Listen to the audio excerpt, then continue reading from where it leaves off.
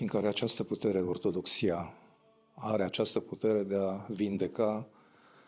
în adâncul sufletului omenesc, deci vorbim de o realitate ontologică și nici de cum ceva abstract, ceva în afara realității pe care o trăim concret în spațiul bisericesc, în viața bisericii. Vedem în spațiul apusean că se înțelege iertarea păcatului, implicit vindecarea, prin forma aceasta juridică, adică aduci satisfacție lui Dumnezeu prin faptul că îți recunoști păcatul și este un mod silogistic